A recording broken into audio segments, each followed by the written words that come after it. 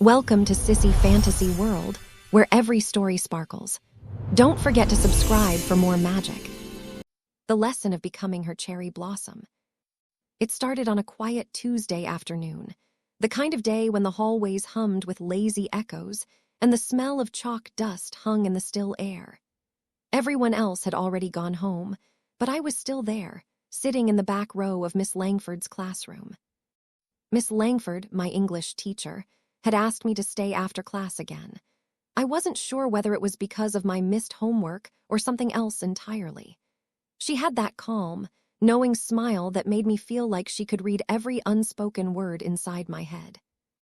I fidgeted with my sleeves, avoiding her gaze. "Eli," she said softly, her voice smooth as silk, "do you know why I asked you to stay?" I shook my head. My voice always seemed to disappear around her. She walked to the board, erased a line of faded writing, and said, "Because I see something in you that you're trying very hard to hide." My heart thudded. "Hide, I don't." Her eyes found mine in the mirror behind her desk. "You walk like someone carrying invisible armor. You speak like you're afraid to sound like yourself.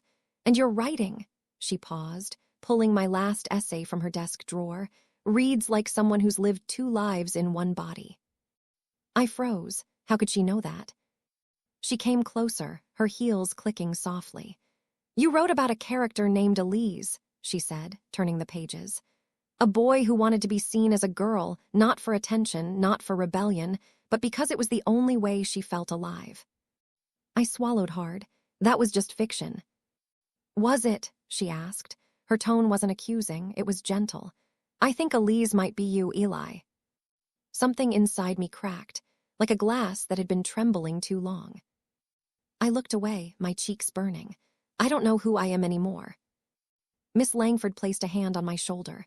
"Then let's find out, here, now."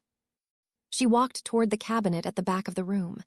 I had never noticed it before, an old wardrobe painted in soft ivory, standing in the corner like something out of a fairy tale. She opened it, and I gasped.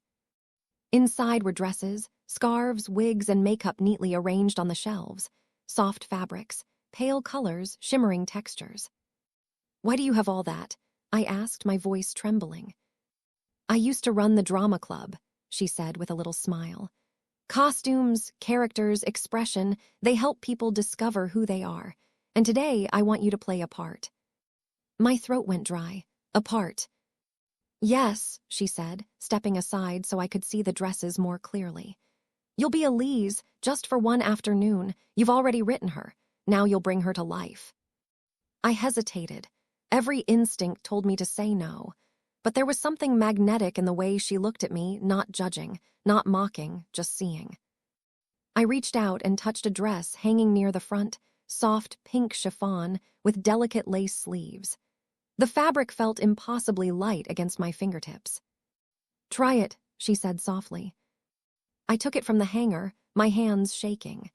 Behind the teacher's desk, a small screen had been folded out, a makeshift dressing corner. My pulse raced as I stepped behind it. Changing was awkward and slow. I felt clumsy, unfamiliar with the buttons and zippers. When I finally looked at myself in the mirror, I didn't recognize the person staring back. My hair was a mess, my posture uncertain, but still, something inside me sparked. Miss Langford appeared behind me, holding a brush. "May I?" I nodded. She began to brush my hair, long, patient strokes. The room filled with the soft sound of bristles gliding through strands. "You don't have to be perfect," she said. "You just have to be honest." She placed a blonde wig over my head, adjusting it until it fell neatly around my shoulders.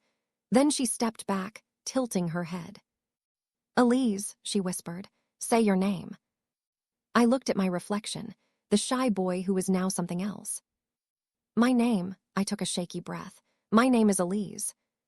The words felt unreal, like I had stolen someone else's voice. Yet the more I repeated them, the more they fit. "Elise," Miss Langford said, smiling. "There she is." She led me to the window where the late sunlight poured in. "Do you see her now?" she asked. I nodded slowly. "I think I do." "Then walk," she said. "Walk like you've been waiting your whole life to be seen." So I did. Across the classroom, each step small and trembling but growing stronger. I heard the faint tap of the teacher's heels echoing beside me, guiding me like rhythm. By the time I reached the door, I was Eli pretending to be Elise. I was just me. The next hour passed in a blur of laughter, nervous smiles, and quiet discoveries. Miss Langford taught me how to hold myself with grace, how to breathe, how to let the tension fall away. She never once said I had to be feminine. She simply showed me that I could be. When I looked in the mirror again, I didn't see shame or confusion. I saw a beginning. Miss Langford rested her hand on my shoulder and said softly, "See, my little project is complete for today." I smiled through the mirror. Project? She chuckled. Maybe not a project, maybe my student. There was warmth in her voice, the kind that carried no judgment, only pride. And that's how it began. Not a punishment, not a lesson in control, but a quiet rebirth. By the time I left the classroom that evening, the sun had melted into gold. I walked home still wearing that pink dress under my jacket, every step strange, thrilling, terrifying, and free. That was the day my teacher made me her sissy pet, not because she owned me, but because she helped me discover the parts of myself I'd kept hidden in the dark. And for the first time, I didn't feel like someone pretending. I felt like someone becoming. The quiet after the lesson cherry blossom. When I stepped into my room that evening, it felt smaller than before, as if all the walls had crept closer while I was away. The pink dress was folded carefully in my backpack, wrapped inside my jacket so no one could see it. The memory of Miss Langford's voice still lingered in my head, soft and certain. "You don't have to be perfect, just honest." I stood by the mirror on my desk, the same mirror I had used 1,000 times to fix my hair before school. But that night it looked different, more like a window I was afraid to look through. I slowly pulled the dress out and laid it on my bed. The light from the lamp caught the fabric, scattering faint reflections onto the wall. My hands trembled as I brushed the lace with my fingertips. I wanted to put it on again, to see Elise in the glass, but my chest tightened with fear. What if someone walked in? What if I looked ridiculous? Instead, I sat down and just stared at it. It was strange. The dress wasn't magical, yet it carried the weight of something sacred. It wasn't about the color or the cut, it was about how it had made me feel. I remembered Miss Langford's calm eyes in the reflection, the quiet approval that made me stand taller. I missed that feeling already. I tried to do homework, but every word blurred. My mind kept replaying the afternoon like a film, her brushing my hair, her voice guiding me to breathe, to walk. I could still smell the faint vanilla scent of her perfume. At one point, I whispered to the mirror, "My name is Elise." The sound startled me. My voice cracked a little softer, more hesitant than Eli. I whispered it again, slower this time, like a secret I was practicing to keep. "My name is Elise." For a moment, everything felt still. No homework, no walls, no fear. Just that name filling the air. Dinner that night was quiet. My parents talked about work and bills. I just nodded when they asked about school. My father said, "You're quiet today." "Long day," I murmured. "Miss Langford keeping you after class again?" my mother asked, half smiling. "Yeah," I said, heart pounding. "Extra help with writing." They didn't ask more. They never did. When I went back to my room, I closed the door and leaned against it, letting the silence flood in. I took out my notebook, the same one I had used to write about Elise before any of this happened. The pages were filled with messy handwriting and half-finished poems. I opened a fresh page and began to write. Today I saw myself for the first time. She was standing in the mirror, afraid but alive. I don't know if she'll stay, but I hope she does. The words felt raw but right. Later that night, I stood again before the mirror. I couldn't resist anymore. Slowly, I lifted the dress and slipped it on over my shirt. The fabric whispered against my skin. I didn't bother with the wig or makeup, just the dress. I turned toward the mirror, my heart hammering. Without Miss Langford there, it was harder to believe in what I saw. My reflection looked awkward, uncertain, a boy trying to wear something he didn't deserve. But then I remembered her voice. Walk like you've been waiting your whole life to be seen. So I took one step, then another. The reflection began to change. My shoulders loosened, my breath slowed.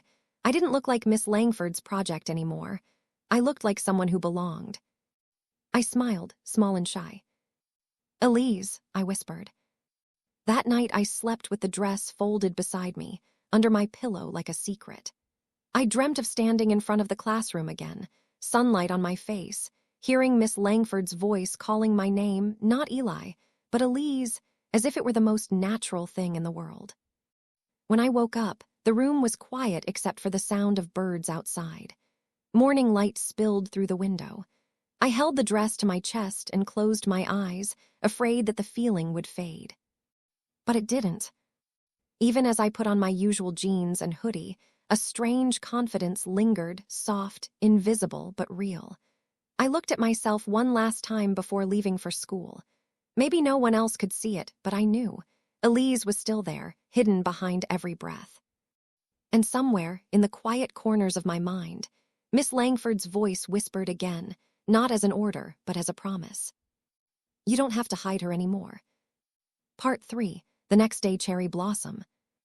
The morning came slower than usual, wrapped in a gray mist that seemed to settle over everything. I stood in front of my closet, fingers brushing the fabric of my clothes, feeling like none of them belonged to me anymore. Every hoodie, every plain shirt, they were all pieces of Eli, comfortable, invisible, safe. But I didn't feel like hiding that morning. From the bottom drawer, I found an old pastel scarf that belonged to my mother. I wrapped it gently around my neck, just tight enough that the soft fabric brushed my skin. It wasn't pink or bold or obvious, but it was different. It felt like a promise. When I caught my reflection in the mirror, I saw traces of Elise there, small, but unmistakable. The walk to school felt lighter. I watched the clouds shifting above the trees and wondered if Miss Langford would notice.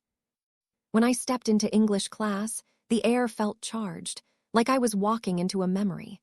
The same faint smell of books and chalk hung in the air. Miss Langford was already at her desk, arranging papers with her usual quiet precision. Our eyes met for just a second. I expected a nod, maybe a small smile. But instead, she gave me something else, a look that said, I see you. That was enough. Morning, Eli, she said aloud, but her tone carried an undercurrent, soft and secretive. Morning, I replied, my voice steadier than usual. I took my seat by the window. The sun filtered through the glass, scattering lines of gold across my desk. I opened my notebook and tried to focus, but all I could think about was yesterday, how her words had made me feel safe enough to exist. The lesson began. We were reading a poem by Emily Dickinson about identity and invisibility. Miss Langford read aloud. I'm nobody. Who are you? Are you nobody too? Her voice lingered on the words, and for a heartbeat, I felt as though the question was meant only for me. After class, as everyone filed out, she called softly, Eli, could you stay for a moment? My heart skipped. When the last student left, she closed the door and leaned against her desk, arms folded gently. You seem different today. I tried to smile. Maybe I am. Her gaze fell to the scarf around my neck. That color suits you. I felt my cheeks warm. Thank you. She gestured toward the empty desks. How did you feel after yesterday? I hesitated, searching for words. I felt strange, scared, I guess, but also peaceful, like I'd been holding my breath for a long time and finally let it out. That's what honesty feels like, she said softly. It's frightening at first, but freeing. I nodded, eyes down. It's hard to keep her alive outside this room. Elise, she asked gently. I looked up, surprised she said the name out loud. Yeah. She walked closer, her heels quiet on the floor. She doesn't have to disappear when you leave here, you know? You can keep her in the small things, how you walk, how you speak, what you choose to wear. Every tiny act of self-kindness keeps her breathing. I swallowed, her words sinking in like light through fog. But people will notice. Maybe, she said with a faint smile, but they'll notice your confidence before anything else. I didn't know what to say. Then she reached into her drawer and took out a small silver hair clip shaped like a butterfly. "We used this for a play once," she said. "It's simple but meaningful. Would you like to borrow it?" I stared at it delicate, shining softly in her palm. "Go on," she said. "It suits Elise more than it ever suited me." My fingers trembled as I took it. "Thank you, Miss Langford." She smiled. "You're welcome, Elise." The name left her lips like a whisper of permission. For the first time, hearing it didn't feel strange. It felt real. The rest of the day passed like a dream. I didn't wear the clip in my hair, not yet. I just held it in my pocket, rubbing my thumb over its smooth edges whenever I felt nervous. During lunch, my friend Jake asked, "You're quiet today, everything okay?" "Yeah," I said, smiling faintly. "Just thinking." He shrugged and went back to his food, and I realized something important. Nobody really noticed the change. The world didn't stop because I was different. Maybe it never would. But I did. I stopped pretending just a little. And that was enough. When the final bell rang, I lingered by the window before leaving. The sunlight caught the silver clip in my hand, and for a moment, I saw the faint reflection of Elise in the glass, soft smile, calm eyes. Miss Langford passed by and said quietly, "Keep her close." I nodded, "I will."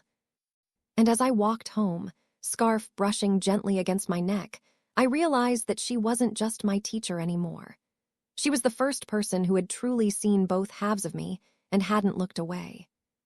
That night, I placed the butterfly clip on my desk beside the folded dress. One symbol of who I was. One symbol of who I was becoming. And somewhere between them, I felt whole. The first outing cherry blossom. Saturday mornings were usually the same. My parents gone early to errands. The house filled with the soft hum of the fridge and the ticking clock above the kitchen door. But this one felt different. On my desk, beside my sketchbook, lay the silver butterfly clip Miss Langford had given me. I'd picked it up half a dozen times that morning, turning it between my fingers as if the metal could somehow whisper advice. At 10 o'clock, a message appeared on my phone. "Miss Langford, there's a small bookstore cafe near the river. If you'd like to talk about writing or anything, I'll be there at 11. My pulse jumped. She didn't have to say it outright. I knew she meant something more than just writing. I opened my closet. For a long time, I just stood there, unsure what counted as safe anymore. Jeans. Too plain, the dress. Too risky. My eyes settled on a soft cream sweater and a pair of fitted black pants, neutral, simple, but I added one small thing, the butterfly clip pinned quietly into my hair above my ear.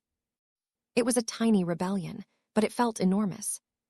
The cafe sat at the corner of a narrow street, its windows fogged with the scent of roasted beans and old paper. I hesitated before opening the door, my reflection ghosting back at me from the glass. Inside, Miss Langford sat near the back, a book open beside a steaming cup of tea. She looked up and smiled, the kind of smile that immediately made the noise of the world fade. "Elise," she said softly as I approached. Hearing that name outside of school made my heart stutter. No one else noticed, but to me it sounded like the start of a new life. "You came," she said, closing her book. "I hoped you would." "I almost didn't," I admitted, sliding into the chair opposite hers. "I kept thinking people would notice something." "They might," she said, stirring her tea. "But most people are too wrapped up in their own thoughts to see what's right in front of them." I smiled a little. "You always sound like you're quoting poetry." She chuckled. "Occupational hazard." For a while we just talked about books, essays, the weather. But beneath every word was a current of understanding.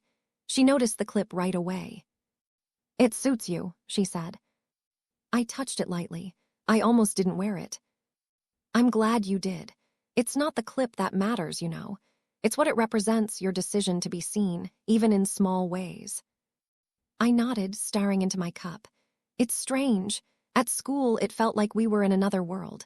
Here it feels real." "That's because it is," she said. "Growth doesn't live in classrooms. It lives in moments like this, when you risk being yourself somewhere new." Her words wrapped around me like warmth. For the first time, I wasn't Elise in secret. I was just Elise, sitting in a cafe, breathing freely. We spent the next hour browsing the little bookstore attached to the cafe. She pointed out a collection of poems by Sylvia Plath, and I noticed how easily we moved together, like teacher and student, yes, but also like two people quietly sharing a truth no one else could see. At one point, she said, every writer invents a name for the version of themselves they're brave enough to show the world. Yours just happens to have a face and a voice. I smiled. Elise. She nodded. Exactly. I tucked a strand of hair behind my ear, pretending to study the shelves so she wouldn't see how much that meant. When we finally stepped outside, the river wind caught the ends of her scarf and brushed against my hair. The sky was a pale blue streaked with silver clouds. Thank you for today, I said. You don't owe me thanks, she replied. Just promise me one thing. What's that? Keep giving Elise small chances to exist, every day in some quiet way. I looked down at the butterfly clip glinting in the sunlight. I will. She smiled. Then I've done my job. As I walked home along the river, the world felt softer. People passed by, chatting, laughing, not one of them knowing how monumental that afternoon had been. For the first time, I didn't feel like a ghost in my own life. I felt like someone walking toward herself. And when I reached home, I caught my reflection in a shop window, the clip shining faintly, my shoulders relaxed, and whispered almost to the wind. Hi, Elise. The reflection smiled back. The week after the cafe felt like waking up inside a quiet dream that refused to fade. Every morning, as I walked toward school, the air felt different, lighter somehow, as though the city itself had begun to hum in softer tones. I still wore the same uniform as everyone else, but inside, something had changed. I felt as though my reflection knew more than it was willing to tell.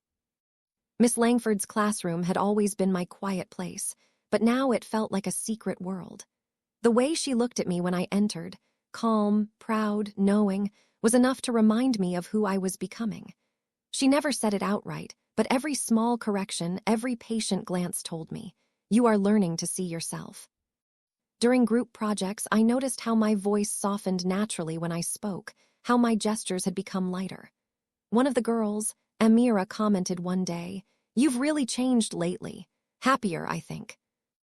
I smiled, trying not to show how much that meant. Maybe I just stopped hiding. That evening, I wrote those words again and again in my notebook. Stopped hiding.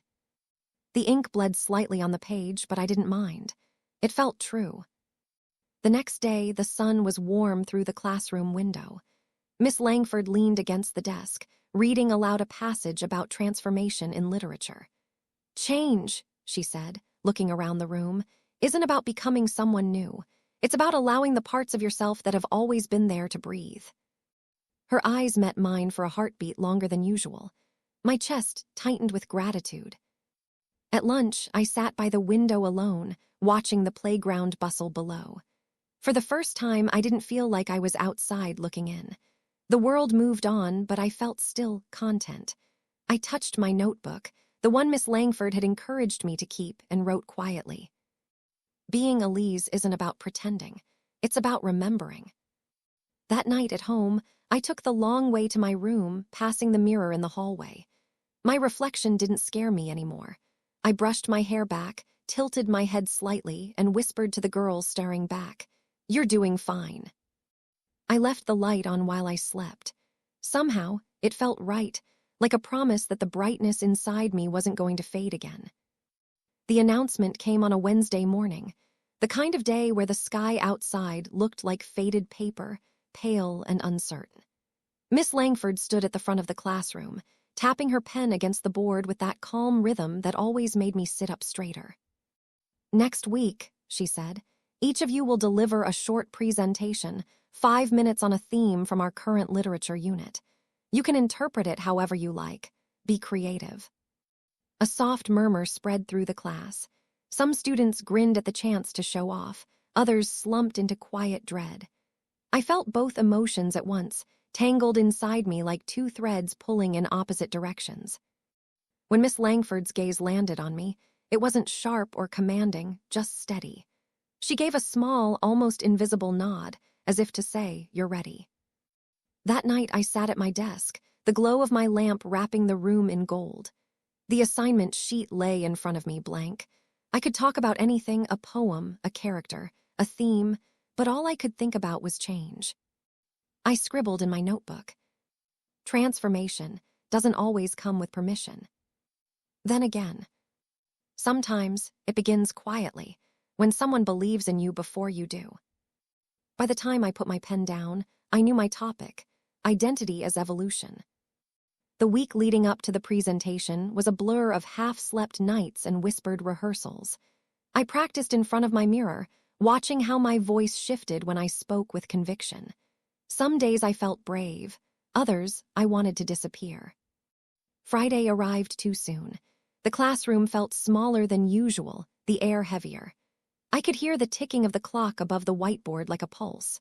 One by one, students took their turns, laughter and applause filling the gaps between nerves. When Miss Langford finally called my name, "Elise, you're next," my breath caught for a moment. Not Eli, Elise. Hearing it aloud in front of everyone felt like standing in sunlight for the first time. I walked to the front. My palms were damp, my heart loud in my ears. I looked out at the faces, familiar, curious, some indifferent, and then at Miss Langford. Her eyes said everything. "You can do this." So I began. "My presentation is about how we change," I said softly. "How sometimes change feels like losing yourself, but maybe it's the only way to meet the person you were meant to be." As I spoke, something strange happened. My fear didn't vanish, it just stopped being in charge. My voice grew steadier, clearer. I talked about stories where people shed old names, old skins, and found peace not in perfection, but in truth.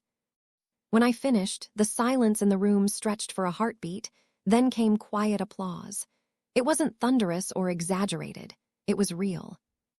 Miss Langford smiled, the kind of smile that wasn't about pride but about recognition. She said simply, "Beautiful work, Elise." I sat back down, trembling slightly, but the world looked different, brighter. For the first time, I didn't feel like I was pretending. That night, I wrote in my notebook again. Maybe courage isn't loud. Maybe it's the whisper that tells you to keep going. I closed the book and exhaled.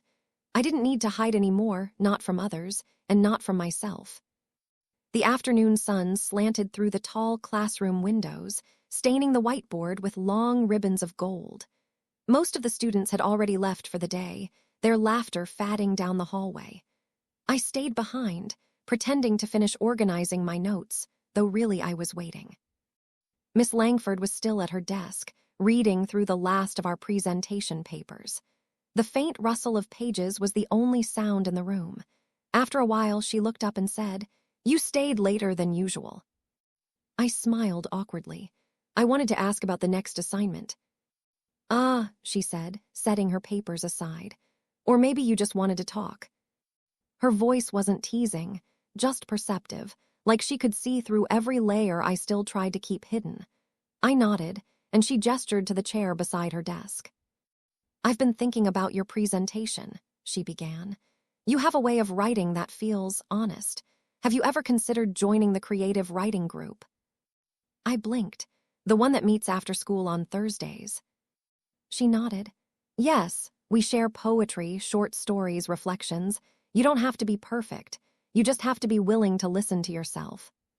Something inside me tightened, not out of fear but recognition. The same feeling I'd had when she first called me Elise in front of the class. "I'd like that," I said quietly. Miss Langford smiled, reaching into her drawer. She handed me a thin notebook, plain, soft-covered, the kind that looked ordinary until you opened it. "Consider this your writer's journal. Fill it with whatever you can't say out loud yet." I ran my fingers across the cover. "Thank you." "Don't thank me," she said. "Thank yourself for being brave enough to start." The next Thursday, I went to the writing group. It was small, 5 students sitting in a semicircle by the windows. We read lines that trembled with honesty about dreams, family, identity. When it was my turn, my voice shook at first, but the moment Miss Langford nodded encouragingly, the words began to flow. After the meeting, as we packed up, she stopped me. "You have something rare, Elise. You don't just write what you feel, you translate it." Her compliment stayed with me the entire walk home. That night, I wrote until my lamp flickered and the moon rose high. I think maybe the teacher doesn't just teach me about literature. She teaches me how to exist in a way that feels like breathing. When I saw her the next morning, she greeted me with the same calm smile. But there was something in her eyes, pride, warmth, and the quiet understanding that this journey, whatever it was, wasn't just mine anymore. We were building it together, one word, one moment, one act of courage at a time. The morning air smelled of rain-washed pavement and the faint scent of coffee drifting from the corner cafe. I gripped my notebook tightly, my fingers brushing the silver butterfly clip pinned above my ear. Today wasn't just another class. Today, Miss Langford had arranged for me to read a piece from my journal at the school's weekly student showcase. Walking into the auditorium, my chest tightened. Rows of seats stretched before me, filled with students who I normally passed in hallways without much notice. Now, their faces blurred in a mix of curiosity and expectation. Miss Langford was at the edge of the stage, giving me a quiet nod as I approached the microphone. That small gesture carried more reassurance than any pep talk could. "Take your time," she whispered just before stepping back. I took a deep breath. The notebook trembled slightly in my hands, but I opened it to the marked page. I began to read. Change is quiet. It lives in moments no one else sees, a hesitation, a word whispered to the mirror, a choice made when the world is asleep.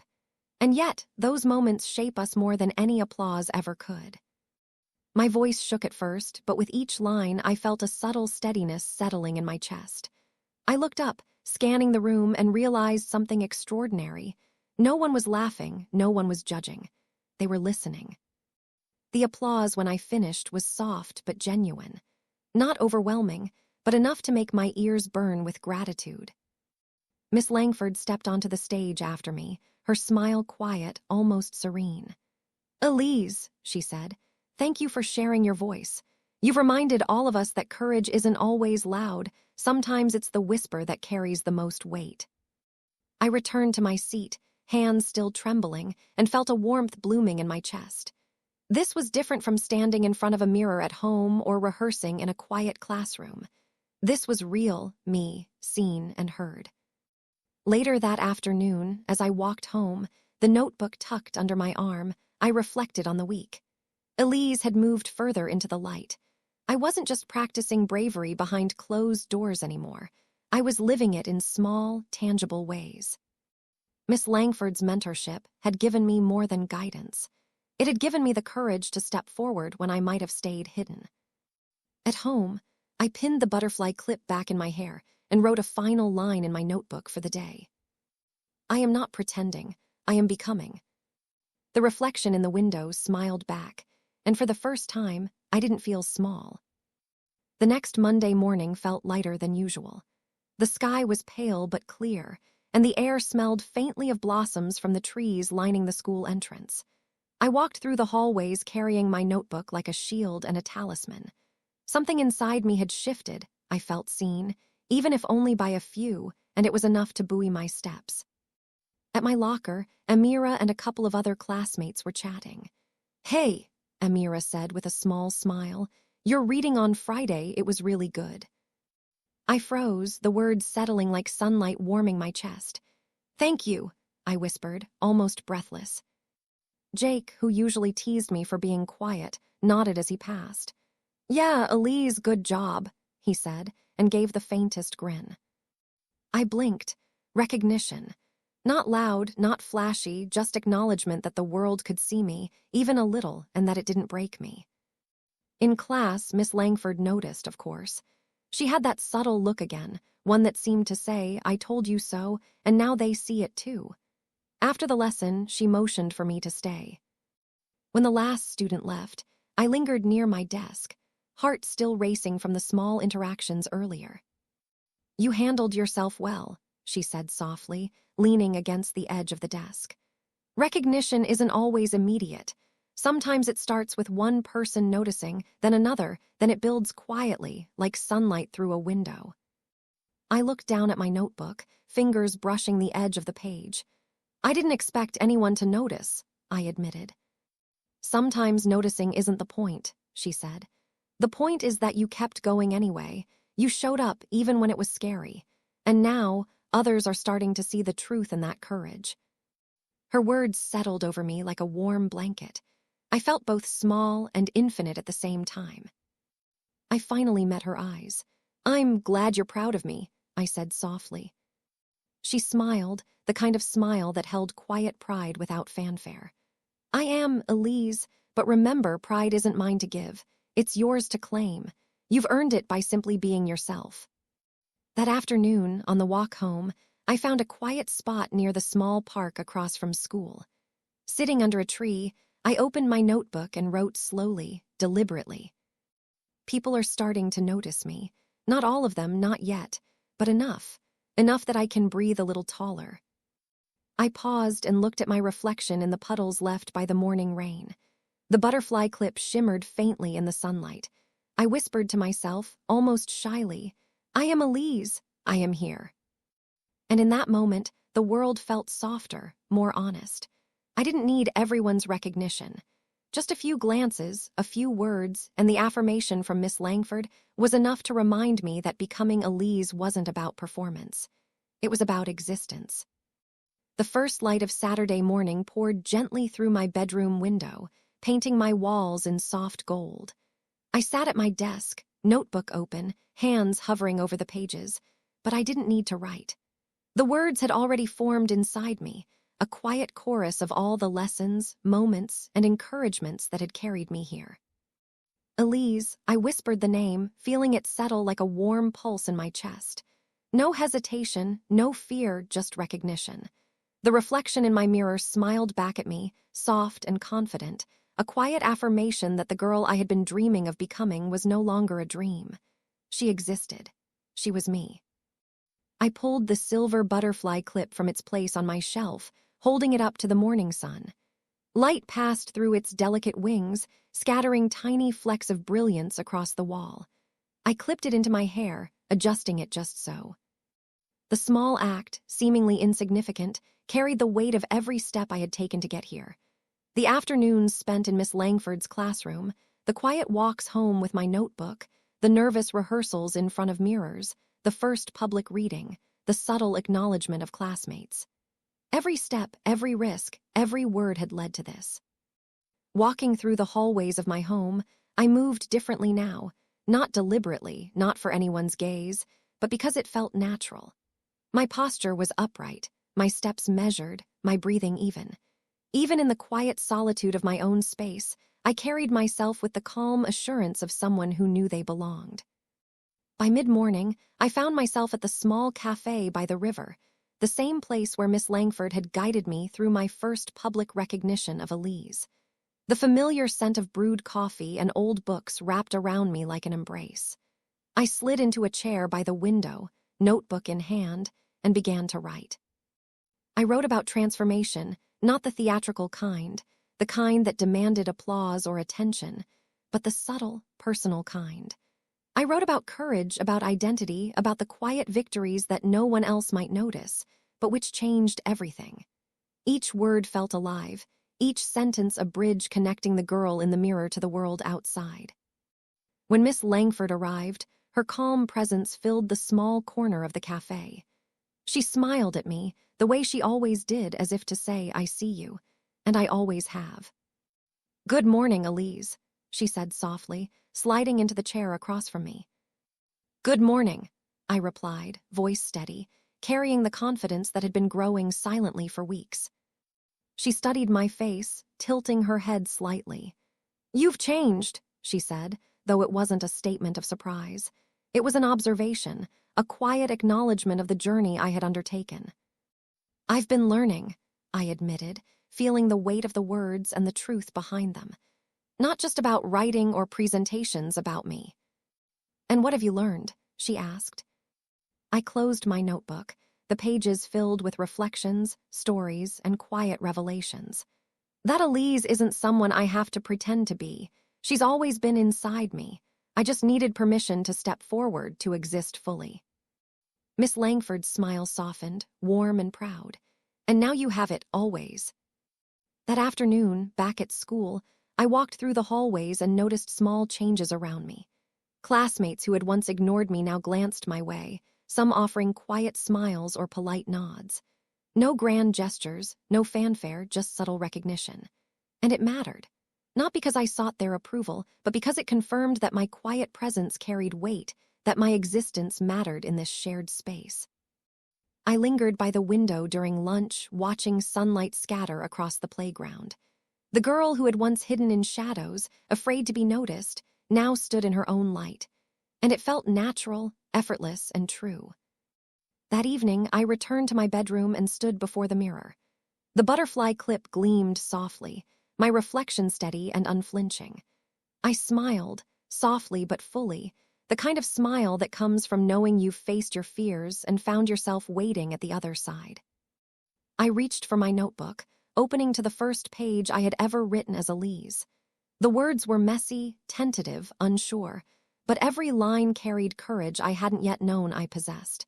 I traced them with my finger, feeling the journey beneath the ink. Today I exist fully.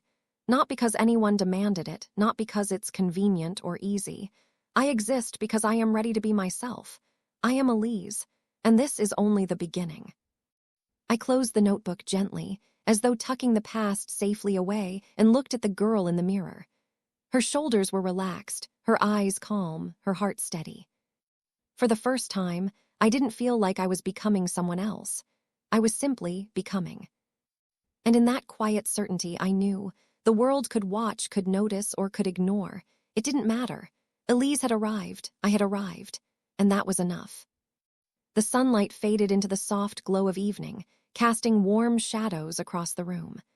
I placed the butterfly clip back on my desk for the night, a symbol of growth, courage, and the quiet beauty of being seen. Tomorrow I would step into the world again, carrying the same quiet confidence, the same calm truth. Elise would walk beside me in every step, not as a mask, not as a project, but as the truest part of who I was. And for the first time, I didn't need anyone's permission to exist.